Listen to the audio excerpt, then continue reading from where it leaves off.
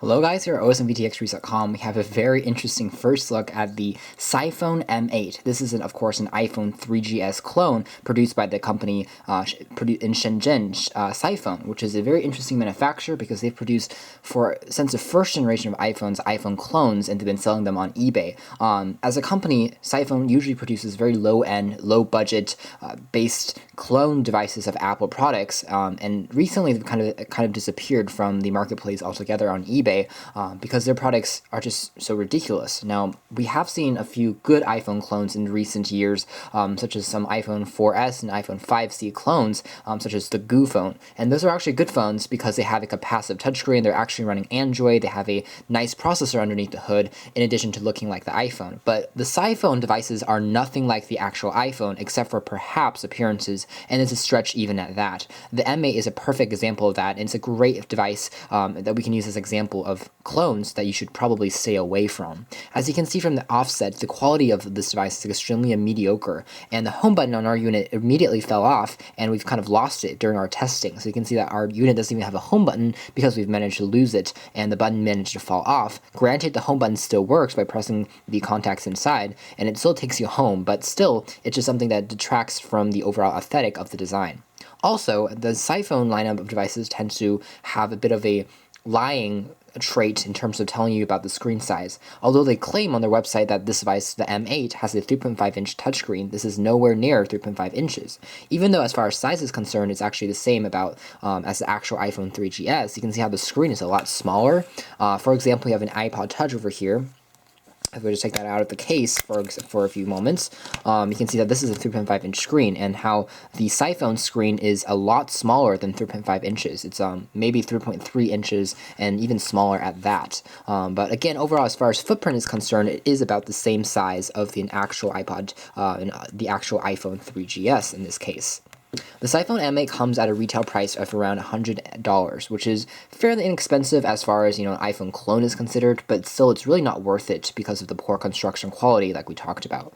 Also, the device is running a Java build of operating system instead of Android, so you're going to have a non-smartphone operating system, which really hinders the usability. Additionally, as you can see from kind of the reflectiveness of the screen, the SiPhone M8 uses a resistive touchscreen with a stylus, which is difficult to utilize and operate correctly, allowing the device to have to be pressed very firmly in the screen in order for the device to actually be used. Now, the back of the device is actually very much like the original iPhone 3GS. You can see there's just a stylus port on the side that differentiates it from that, and this is a camera hole for the 2-megapixel camera on this iPhone M8. But instead of saying iPhone, it says phone and 16 gigabytes, which is also a lie because the SiPhone M8 only comes with around 2 gigabytes of memory via a micro SD card located on the back of the unit. Another interesting thing that differentiates the SiPhone from other clones that we've seen recently is that this phone actually has a proprietary charging port instead of an iPhone 30-pin dock connector as far as being a clone is considered. It actually isn't micro USB either. It's a very proprietary, very strange charging port that we haven't seen before. So the company has at least changed that up, which is at least something. The battery, you have 2 of these batteries in the box. It's a 1,000 milliamp hour battery. Battery life is also quite short. It's going to only last around 1 day before you have to recharge it. As far as features, you have Bluetooth, is a touchscreen, of course, you have a QWERTY keyboard, basic web browsing with Opera Mini is installed, and the experience is okay. You also have a dual band, dual SIM connectivity function on the back, which you can actually put in 2 SIM cards for you to use the phone. It is, of course, unlocked in quad-band GSM, so you can use it around the world. It's kind of funny, designed in USA, made in China. Also false, because SiPhone is based in Shenzhen, so it's designed in China, made in China. On the back, you can also see the slot for the micro USB on the side there, and this is a SIM card slot. As far as being a dual SIM card phone, this is actually one of the advantages of this product. It means that you can swap between 2 different SIM cards, like T-Mobile and AT&T here in the States, and it allows you to use both of them, which is nice if you are a business traveler. But still, there are lots and lots and lots of dual SIM card phones available, and the SiPhone, just because it has dual SIM card, is not a reason for you to go out and purchase it, even though it is kind of cheap. The usability is really just terrible because of the touchscreen. Anyways, on the top here, again, that is the camera. We can put in the back cover, which doesn't quite stay on very well for some odd reason. It kind of protrudes, but overall you get the main idea. Now, the one thing that did impress me about the Siphone was actually the weight. Now, I expected most, Chinese manufactured clone phones to be extremely lightweight and flimsy. The interesting thing about the Siphone actually weighs the same as the original iPhone 3GS. So it's interesting how they had to go out and get the metal components. Like the frame here actually isn't plastic. It's actually made out of metal. You can see on the frame around the corners. You might think it's plastic, but it's actually metal. So they actually had to weigh down the phone to make it weigh the same as the original iPhone 3GS. And that level of accuracy is not something that we have actually seen before on the iPhone clone. Otherwise, some fake logos on the bottom. Again, there's your charging port. Nothing else really is apparent. Very similar, again, to the actual iPhone, except on the top, nothing is there. And on the left-hand side, you have a volume rocker, but that's pretty much it as far as design is considered. And again, very simplistic. Something that's lacking from the design, as you can see here, as you might guess, is the presence of a volume or a power on and off button on the top of the device. So to turn on the device, actually use the home button as the power on and off switch as well, which is something interesting.